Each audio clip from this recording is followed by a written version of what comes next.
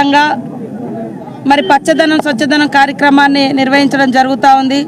ఈ కార్యక్రమాన్ని మేము కూడా ములుగు నియోజకవర్గంలో దాదాపుగా 3 మండల కేంద్రాల్లో పాల్గొని మరి ఇప్పుడు భద్రాచలం నియోజకవర్గంలోని వాజేడుకు రావడం జరిగింది.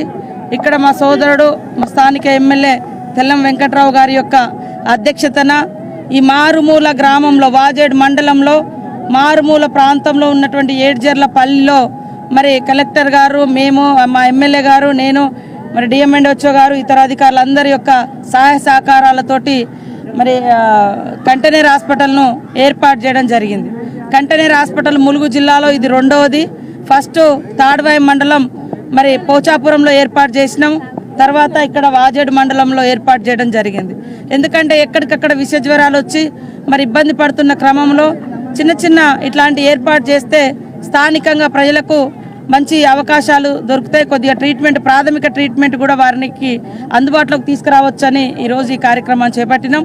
ఒక దిక్కు కంటైనర్ హాస్పిటల్ కానీ, మరొక దిక్కు మొక్కల పంపిణీ కానీ, అదేవిధంగా మరి పచ్చదనం స్వచ్ఛదనం ర్యాలీలు కానీ ఇవన్నీ కూడా ఈరోజు నిర్వహించడం జరిగింది. చాలా అద్భుతంగా జరుగుతుంది. ఈ కార్యక్రమంలో ప్రజలందరూ కూడా పాల్గొని ఈ 5 రోజులు స్వచ్ఛదనం పచ్చదన కార్యక్రమాన్ని సక్సెస్ చేయాలని, ఊరూరా మరి మొక్కలు పెట్టండి, అదేవిధంగా నీట్నెస్ మెయింటైన్ చేయండి, ఇంటింటికి వీలైనంత వరకు 6 మొక్కలు పెంచుకోండి, వాటి ద్వారా ఆరోగ్యాన్ని రక్షించుకుందాము.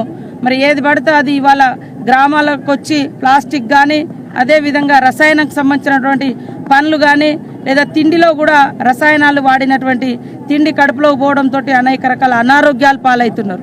స్వచ్ఛమైన గాలి కూడా దొరకడం లేదు చెట్లు లెక్క. అవన్నీ కూడా మనం సాధించుకుంటే మన ఆరోగ్యం బాగుంటుంది. అందుకని ప్రతి ఒక్కరు కూడా స్వచ్ఛదనం పచ్చదనం పాటిస్తే మన ఆరోగ్య ధనం ఉంటుంది, మన ఊరు కూడా మరి ధనవంతంగా ఉంటుందని మరి తెలియజేస్తూ ఈరోజు ప్రతి ఒక్కరు కూడా ఈ కార్యక్రమంలో పాల్గొనాలని విజ్ఞప్తి చేస్తారు.